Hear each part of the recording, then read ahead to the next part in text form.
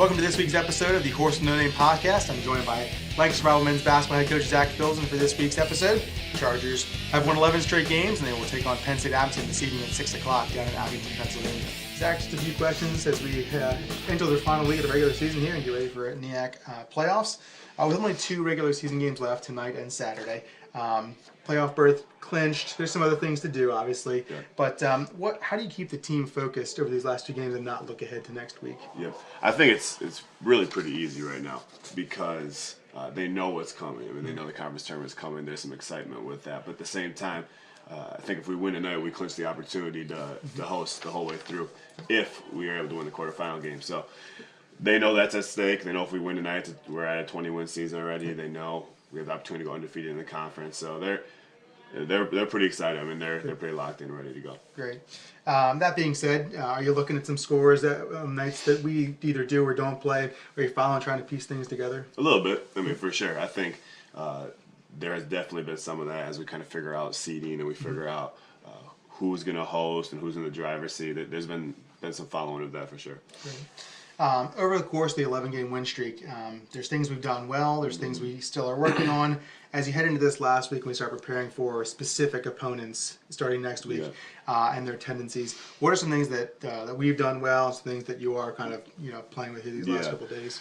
I think in the course of the winning streak, there's been games, kind of beginning of it, we weren't playing great, we weren't shooting it very well at all, but we were defending pretty well, and we were finding ways to win ugly and some things like that. Then towards the end of this last half, I think it's kind of flipped a little bit. I think offensively we've been getting into rhythm, we've been shooting it pretty well. We haven't defended like we are capable. I think St. Elizabeth, we kind of got a little bit of both. I think we shot it well, we defended well. And we were able to open up that game a little bit. So I think the biggest thing for us is just we're really talking a lot about defensively, guard and dribble penetration, keeping people in front of us, getting the correct positioning, then offensively just executing and moving the ball like we want to. So I think we're starting to get into rhythm. I think we're starting to play pretty good basketball. We just got to keep on shoring things up and trying to peak here in the next couple weeks. I'll go off script a little bit here just to add on to that. Obviously 2 years ago there was the magical run of what that was. Whether or not there are any comparisons, I don't know. But what are some comparisons possibly that you see or things that this team maybe even does better than that team from 2 years ago at this point in the season? Yeah, I think that group 2 years ago was unbelievably athletic, obviously. There was just some special athletes that were really, really, really good in transition, and we were just able to really run people out of the gym. I think this group, and those guys liked each other a lot a couple years ago. I think there's that aspect. They played well together. We were very athletic. This group, I think, they love each other. I think we're a little bit deeper. We're able to go 9 deep.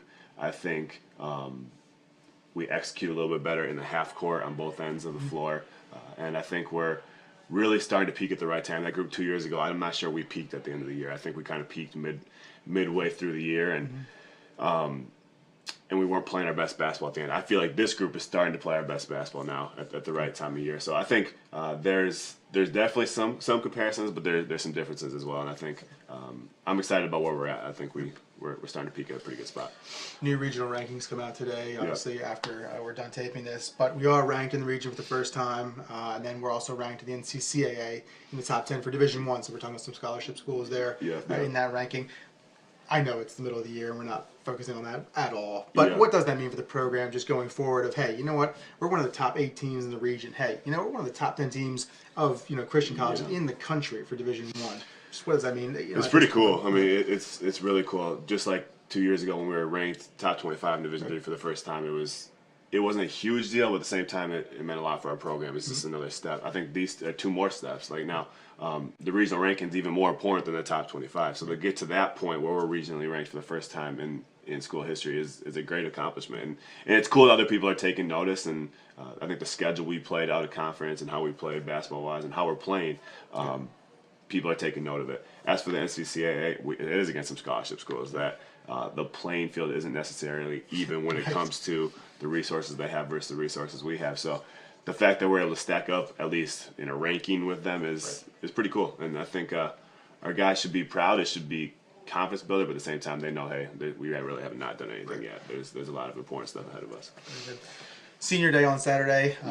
It's a cool scenario where we have 4 seniors, 1 for each year. Jalen Archer, first year, Austin Brown, second year, Billy, third year, and then Herbie, obviously the 4-year senior.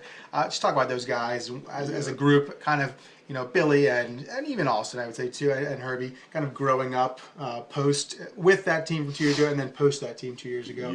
Just talk about their march. I don't know if I've ever seen that before.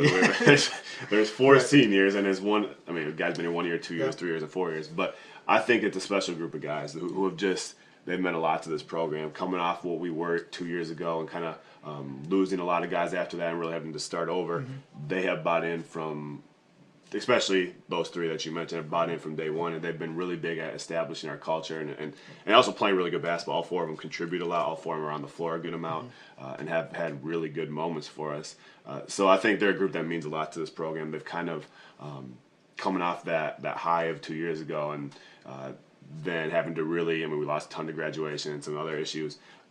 We had to start over, and I think they have been huge when it comes to getting our program back to where it's at in a quick amount of time. Sure. And I think they've been crucial laying a foundation of a culture and a program that can continue to grow moving forward. So I'm very thankful for them. They've been awesome. They've been huge. All 4 of them had really good moments individually, but they've also sacrificed, and they've also done exactly what we've asked them to do. So they deserve to be honored, and we're really excited about them.